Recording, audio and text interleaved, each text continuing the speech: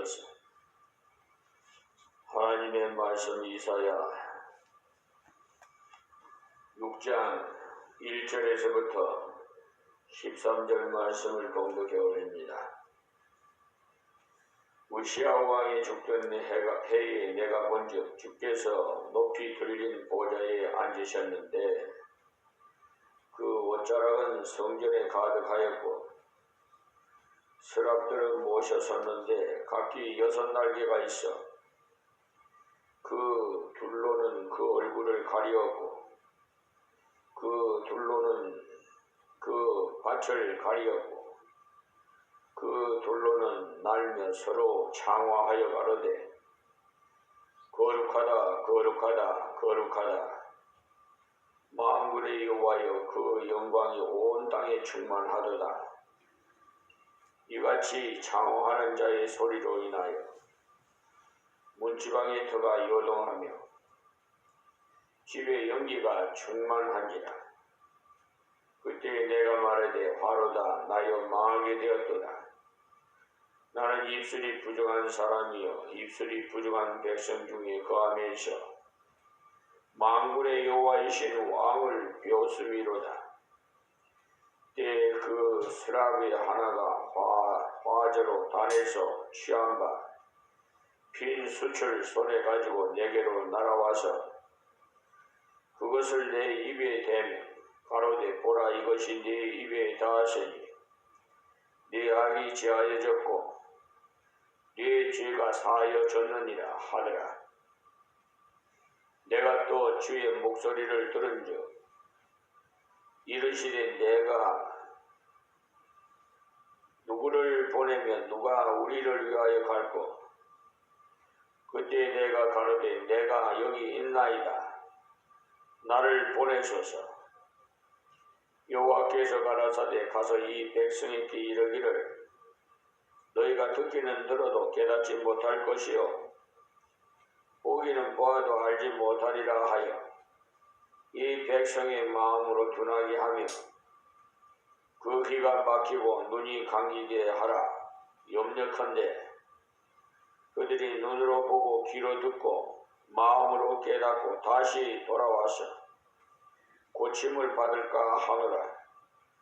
내가 가로되 주여 어느 때까지니까 대답하시되 성읍들은 황폐하여 거민이 없으며 가옥들에는 사람이 없고 이 토지가 전폐하게 되며 사람들이 여호와께 멀리 옮기워서 이 땅 가운데 피한 곳이 많을 때까지니라.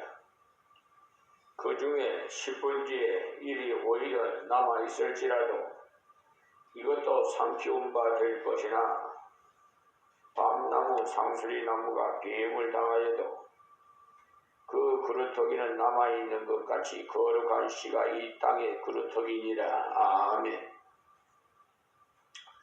이사야 6장 1절에서 13절 말씀 공독해 드렸습니다. 이 이사야 6장은 이사야 선지자가 하나님의 선지자로 부름을 받는 내용을 기록한 것입니다. 그래서 이 6장을 이사야의 소명장이라고 부릅니다. 소명이라는 것은 하나님이 구원을 위해서 죄인을 부르실 때도 사명을 위해 또 소명이라고 하나 여기서는 구원의 소명이 아니고 하나님의 특별한 사명을 위해서 부름을 받는 것을 말합니다. 이사야가 하나님의 특별한 사역을 위해서 부름을 받았는데 그냥 부름받은 것이 아니고 하나님께서 이러이러한 과정을 통해서 부르셨다는 것을 보여주고 있습니다. 그리고 부르실 때 이러이러한 일을 위해서 불렀다는 것을 기록했습니다. 그 다음 이러이러한 일을 하면 이런 결과가 올 것을 보여주시면서 불렀다는 내용입니다. 보편적인 제목을 붙인다면 이사야의 소명이라고 붙여야겠지만 내용을 보니까 하나님의 일하는 자의 그 자세에 대해서 말씀하셨어요. 그래서 하나님의 일하는 자의 자세라고 불러봅니다. 구원받은 하나님의 사람이 우리는 목사이거나 어린이거나 다 하나님의 일꾼으로 부름을 받았습니다. 하나님께서 우리를 구원하신 후에 구원받은 자가 구원의 능력을 세상에 드러내고 하나님의 놀라운 사랑을 세상에 드러내라고 우리를 이 땅 위에서 남겨두시는 것입니다. 구원하신 후에 당장 천국에 데려갈 능력이 주께 있지만 주님께서 우리를 구원하신 후에 땅 위에 머물러 두시는 기간이 있는 것은 자신이 받은 구원의 은혜를 증거하고 이미 구원을 통해서 보여주신 하나님의 사랑을 증거하라고 지상의 삶을 주신 것입니다. 구원의 은혜를 증거하게 함으로 자신도 더욱 깊은 하나님의 사랑 속에 들어가게 하고 세상을 향해서도 하나님의 사랑과 능력을 드러내게 함으로써 하나님께 영광을 크게 돌려드리는 복된 생애를 살아가게 하기 위한 겁니다. 하나님께서 우리를 구원하신 후에 이 땅 위에 남아서 열심히 일하게 하신 것은 우리의 유익을 위한 것. 그래서 달란트 비유나 문화 비유나 또 포도원의 품꾼 비유 등 성도들의 삶을 장사나 농사의 일에다가 비유해서 설명을 했어요.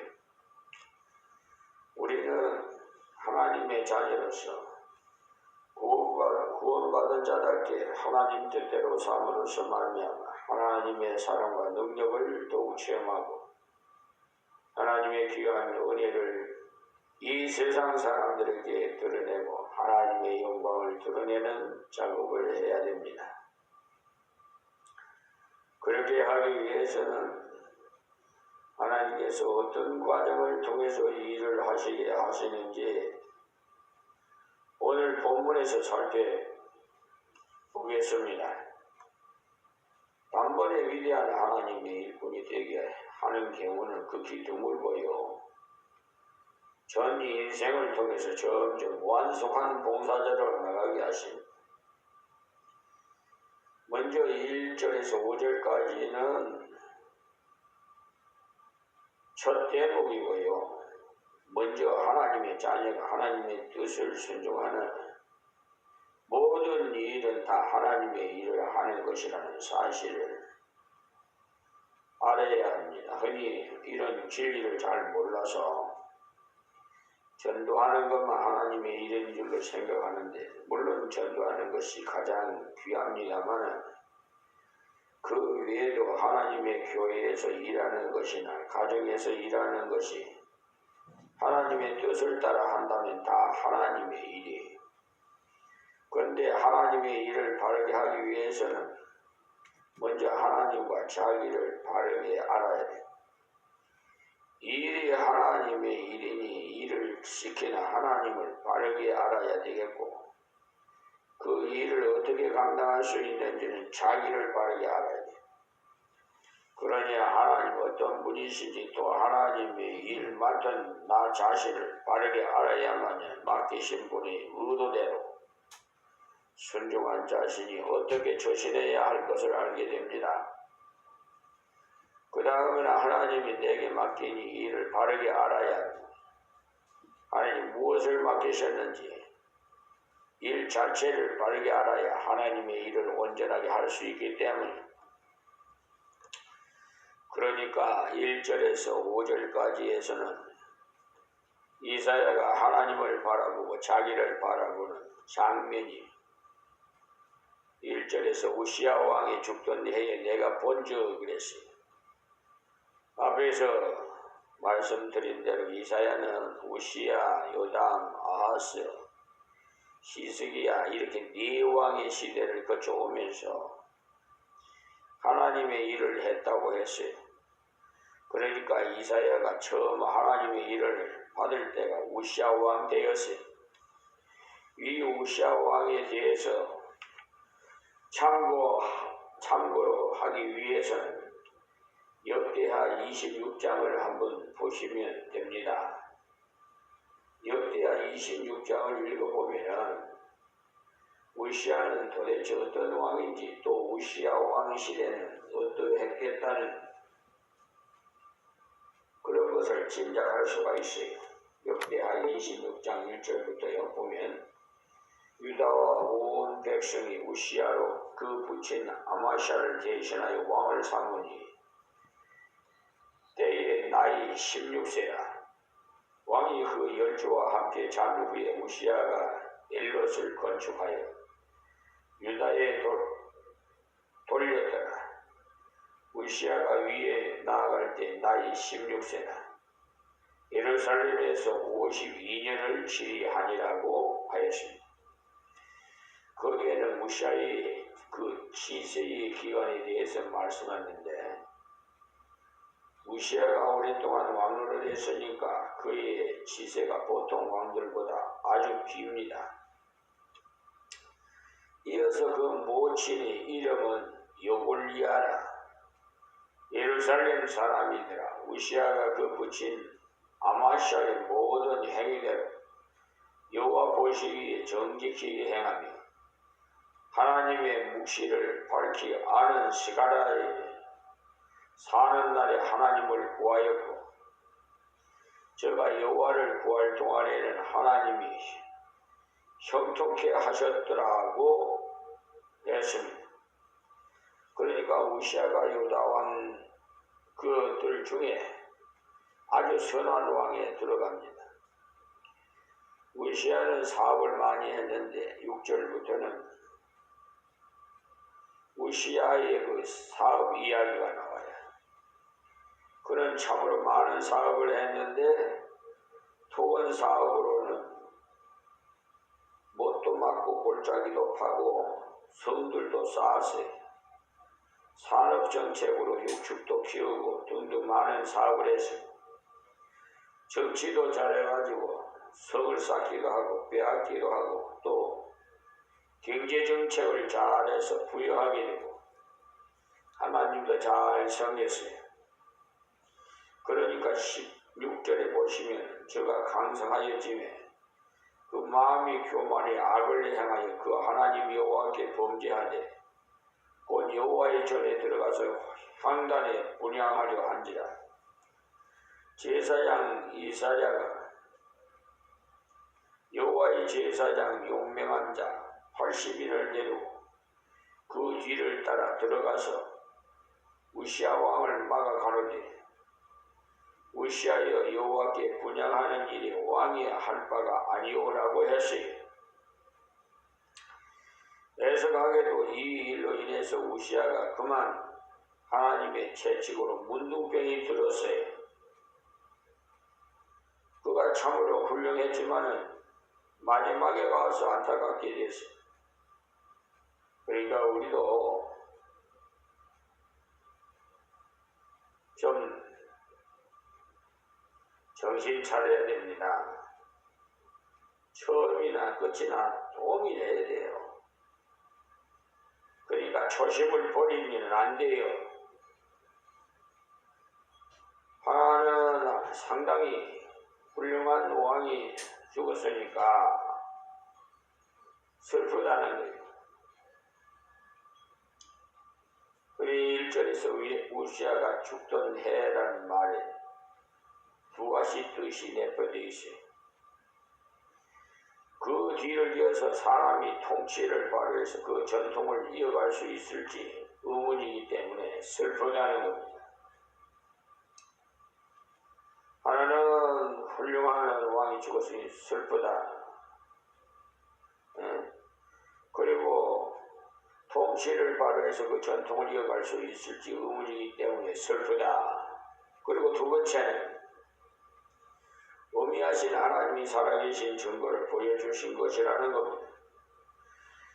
우시아가 교만해져서 제 마음대로 하나님의 전에서 분향을 하려다가 문둥병이 들어서 별궁에 살다가 죽었습니다. 그러니까 하나님께서 살아계신 증거를 드러내는 때라는 겁니다. 아주 훌륭한 왕이 죽었으니까 인간적인 소망은 끊어진 것처럼 보인 때라는 것. 내가 본 적이라고 하는데 이때 이사야가 성전에 가 있었던 것으로 보입니다.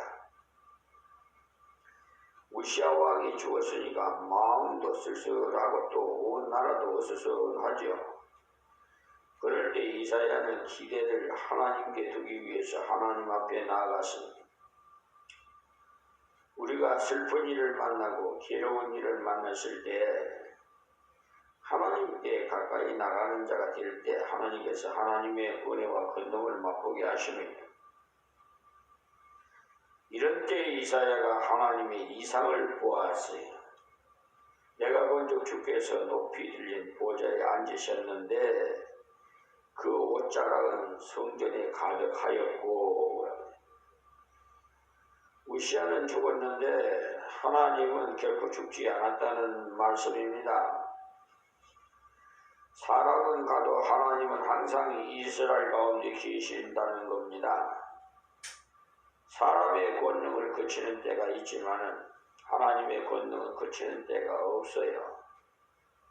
하나님께서 보좌에 다르셨다는 말에 세상을 그분이 다스린다는 말에 이 땅의 선배나 지도자는 가도 하나님은 항상 함께 계신다는 사실을 믿으시기 바랍니다.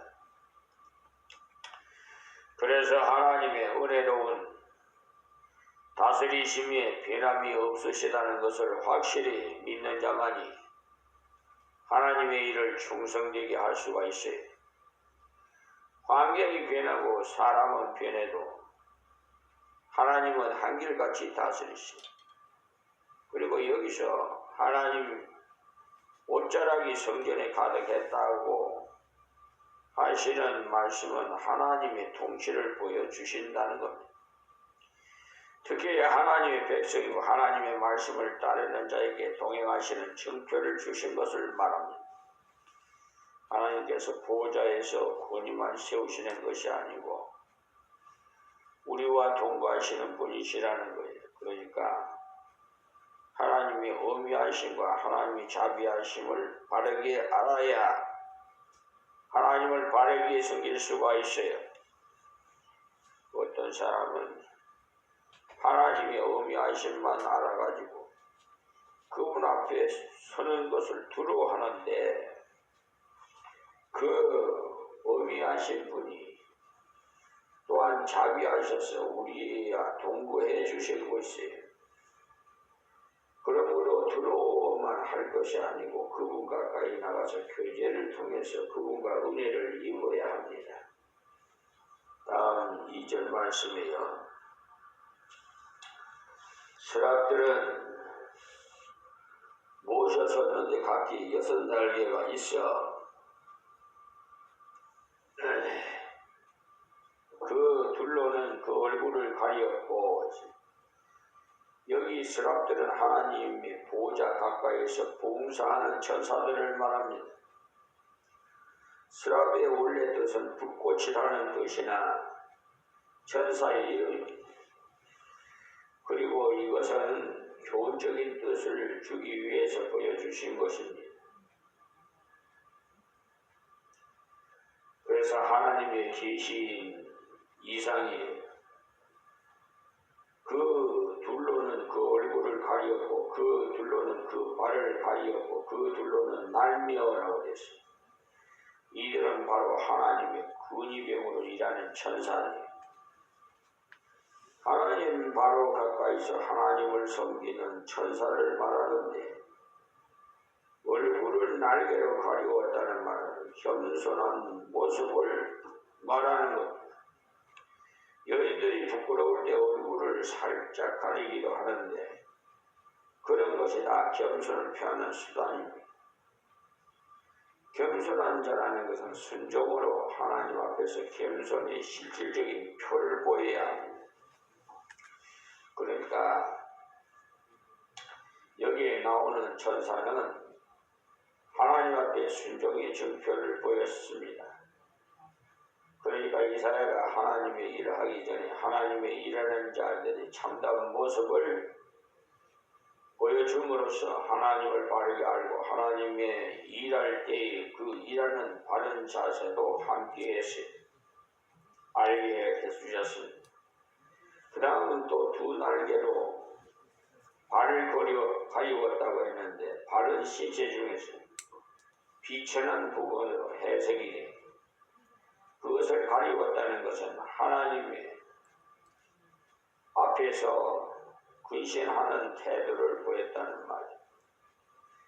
자기의 행위가 완전한 신 하나님 앞에 부족하기 때문에 발을 가리우는 모습으로 나타난 것입니다.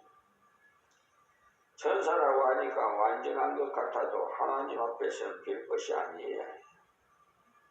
발을 가리우고 조심해서 근신하면서 하나님의 일을 한다는 것입니다. 그렇습니다. 우리가 아무리 겸손하게 진실되게 일한다 해도 하나님 앞에서는 부족한 것뿐이에요. 순수하지 못한 것이 너무나도 많아서 발을 가리우고 근신해야 합니다.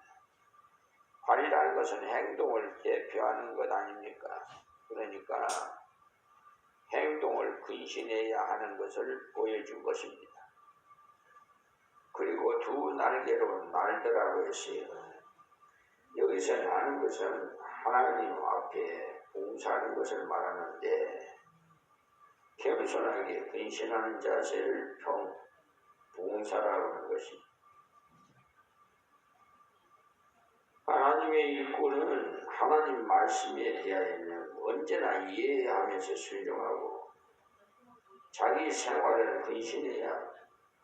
하나님 앞에서는 태양이라도 흑적이 있는데 우리의 인격이나 삶은 부족할 것뿐입니다. 그러니까 주님 앞에서 봉사를 은혜롭게 많이 했다 할지라도 부족한 것뿐이에요. 주의 앞에 주님 앞에서 봉사를 은혜롭게 많이 했다 할지라도 부족한 것뿐이에요. 주의 일을 한다고 열심히 해놓고 나서 살펴보면 순수치 못한 것이 너무 많아요. 때문에 날마다 천사가 날개로 자기 발을 가리워서 봉사하는 것 같이 주의 일꾼은 자기의 부족을 하나님 앞에 간구하면서 근신하는 중에 봉사해야 합당하게 봉사할 수가 있습니다. 다음 3절 말씀에 서로 창화하여 가로되 여기 천사들이 날면서 하는 일이 서로 창화한다고 했으니까 화답하며 주고받고 하는데 거룩하다 만군의 여호와여 그 영광이 온 땅에 충만하도다라고 했습니다. 이렇게 찬미하는 것을 틀림없이 삼위일체이신 하나님께 대한 찬미라는 것을 알 수가 있어요. 우리가 지금 사용하는 찬송가 9장에도 보면은 거룩 전능하신 주를 찬양한다고 했어요. 그건 역시 삼위일체 하나님께 찬양하는 것. 9장 찬송 4절에 성삼위께 찬송한다고 했어요. 거룩하다는 것은 깨끗하면서 완전하다는 것을 말하는데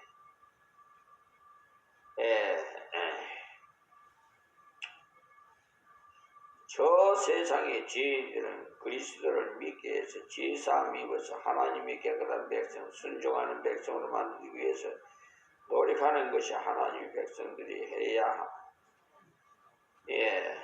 하는 일인 겁니다. 하나님께서 기록하시니까 거룩하시고 지금도 강단에서 외쳐야 될 일이 그 일입니다.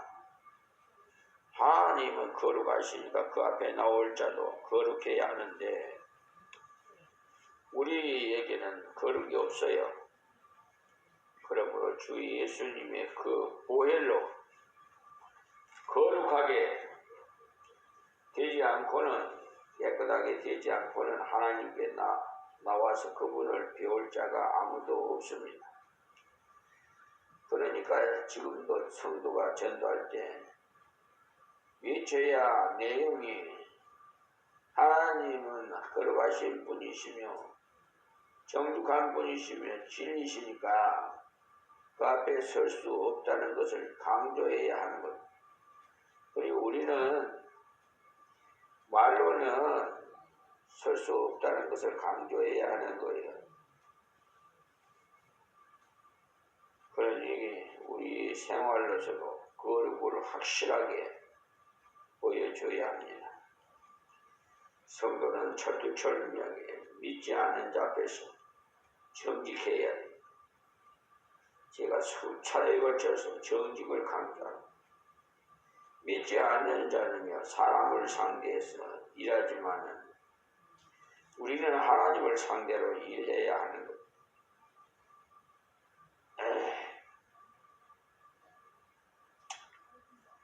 지방에서 농사 짓는 분들요, 그분은 되도록이면 농약을 적게 쳐서 먹는 자들이 해롭지 않도록 하라고 노력을 이렇게 합디다. 비료도 되도록이면 유기질을 주어서 재배하려고 애를 쓰는 분이 있어요. 그 분은 장로님 댁인데 사과는 아주 그냥 특별히 맛도 더 달고, 오래전에 저 사과라고 하면은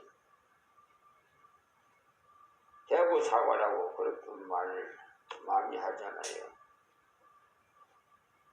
1등이라고.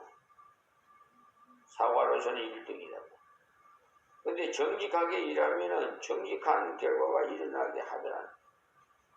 거룩한 하나님을 모신 증표를 성도는 우리 생활 속에서 드러내야 하는 것.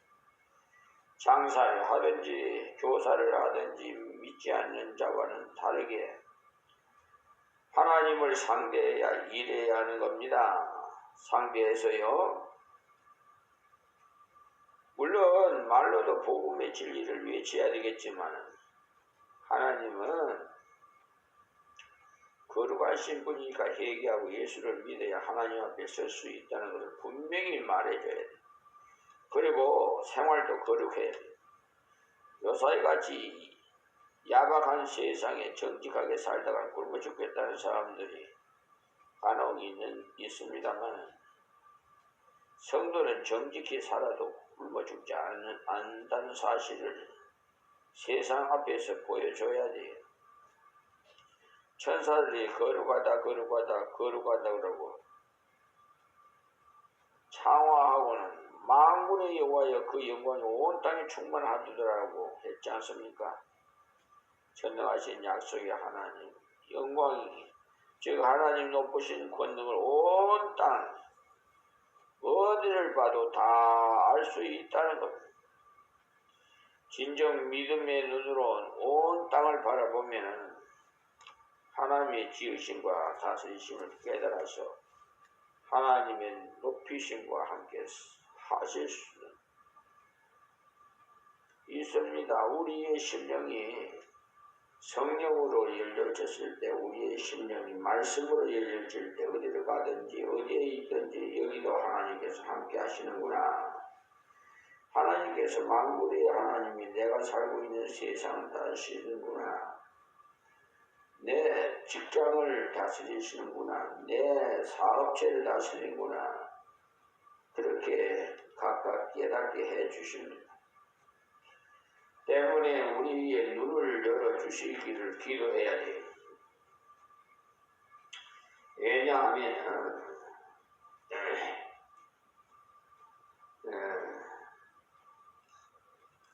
하나님께서 이사야의 신령한 눈을 열어주시니까 놀라운 광경을 볼 수 있었어요. 하나님의 영광이 세계로 충만하더라고요. 어디를 가든지 하나님이 같이 하시는구나.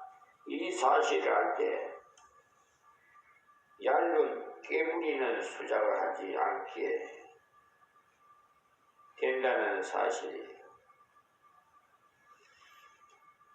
항상 정직하게 예의를 갖추고 어디든지 하나님이 함께 하셔서 나를 보시고 계시니까 깨버릴 필요가 없습니다.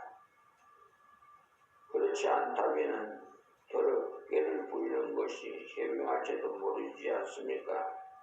그러나 하나님의 그 영광이 온 땅에 충만하심으로 우리의 그 신령한 눈이 열려지기를 구해야 되는 것.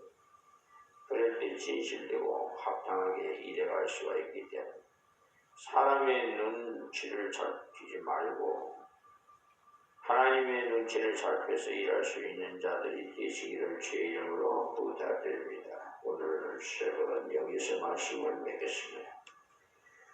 하나님 고맙고 감사합니다. 하나님이 일하는 자의 그 자세에 대해서 오늘도